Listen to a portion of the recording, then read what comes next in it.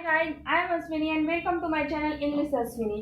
आज का टॉपिक है मॉडल वर्ब। आइए हम लोग सीखते हैं कि मॉडल वर्ब क्या होते हैं। वर्ब आप लोग जानते हैं क्रिया, और मॉडल मीन्स होता है विभक्ति। तो हम लोग सीखेंगे कि मॉडल वर्ब क्या होते हैं।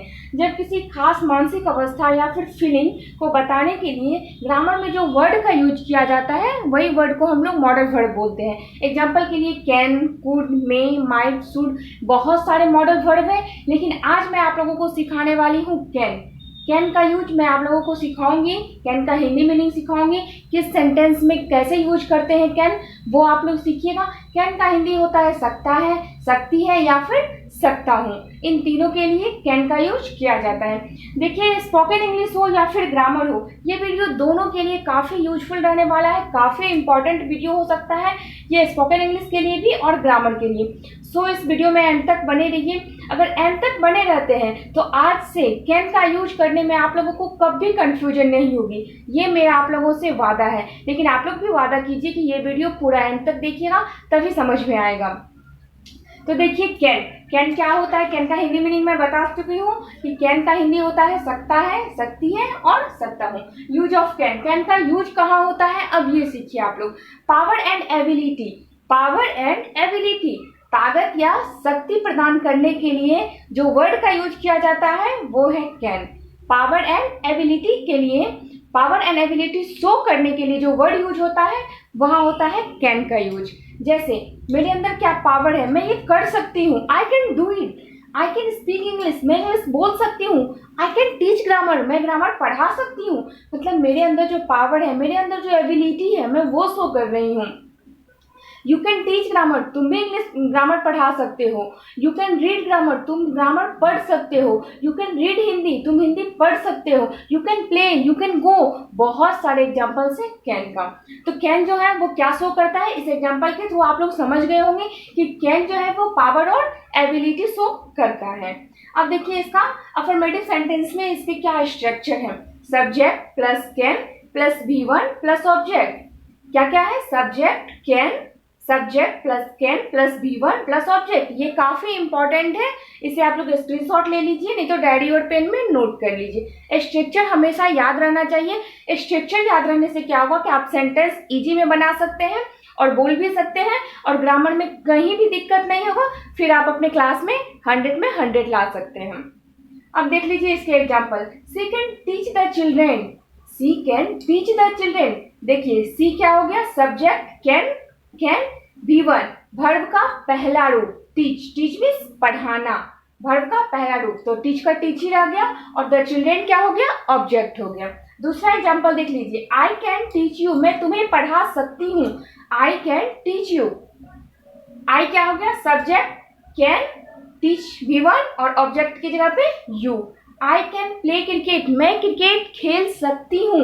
आई कैन प्ले क्रिकेट, आई क्या हो गया, सब्जेक्ट, कैन क्या हो गया, कैन, और V1 प्ले, और मतलब वर्ब का पहला रूप, और ऑब्जेक्ट क्या हो गया, क्रिकेट। देखिए, बस इसी स्ट्रक्चर पे बहुत सारे सेंटेंस बने हैं। बर्ड्स कैन फ्लाई, बर्ड क्या हो गया, सब्जेक्ट, बर्ड्स हो गया सब्जेक्ट कैन, और फ्लाई हो गया वर्ब का पहला रूप। ऑब्जेक्ट आप दे भी सकते हैं, नहीं भी दे सकते हैं।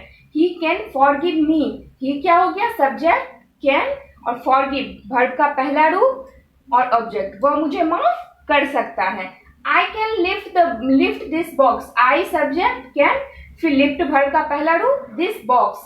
ही कैन वॉक फास्ट, ही क्या हो गया, सब्जेक्ट कैन, V1, वॉक का वाक ही होता है, V1 लगाना है, मतलब वर्ब का रूप नहीं चेंज करना है, जो वर्ब का मेन रूप है V1 वही लगाना है, और फास्ट ऑब्जेक्ट हो गया। ऑब्जेक्ट रह भी सकता है और ऑब्जेक्ट नहीं भी रह सकता है। जैसे यहाँ देख लीजिए, बर्ड्स कैन फ्लाई, इसमें ऑब्जेक्ट नहीं है। अब देख लीजिए निगेटिव सेंटेंस। निगेटिव सेंटेंस में कैन का यूज कैसे कीजिएगा। See subject plus can plus not plus V1 plus object. इसमें क्या होता है, निगेटिव, निगेटिव मीन्स पता चलता है बोलने से कि मतलब निगेटिव हो, मतलब उसमें नॉट का यूज आप लोग पहले से भी जानते हैं कि निगेटिव सेंटेंस में हमेशा नॉट का यूज होता है। तो इसका स्ट्रक्चर देख लीजिए, subject plus can plus not plus V1 plus object. I can not play football, मैं फुटबॉल नहीं खेल सकती हूँ। आई क्या हो गया, सब्जेक्ट कैन, नॉट, फिर प्ले हो गया वर्ब का पहला रूप, प्ले ही, चेंज नहीं होगा रूप, और देखिए फुटबॉल। देखिए सबसे ज्यादा इजी क्या लगता है कैन का यूज में, चाहे वो निगेटिव सेंटेंस हो, इंट्रोगेटिव सेंटेंस हो, हमेशा वर्ब का पहला रूप ही होता है। इससे क्या हुआ कि अगर आप लोग को V1, V2, V3, V4 नहीं याद है तो कोई दिक्कत नहीं है, फिर भी आप लोग इजी में कैन का यूज कर सकते हैं और इंग्लिश बोल सकते हैं। I can not teach you, I can not teach you, मैं तुम्हें नहीं पढ़ा सकती हूँ। तो सब्जेक्ट क्या हो गया, आई कैन नॉट, टीच हो गया वर्ब का पहला रूप, ऑब्जेक्ट हो गया यू। ऑब्जेक्ट रह भी सकता है, नहीं भी रह सकता है। द ब्लाइंड कैन नॉट सी, अंधा नहीं देख सकता है। The blind can not read, अंधा नहीं पढ़ सकता है।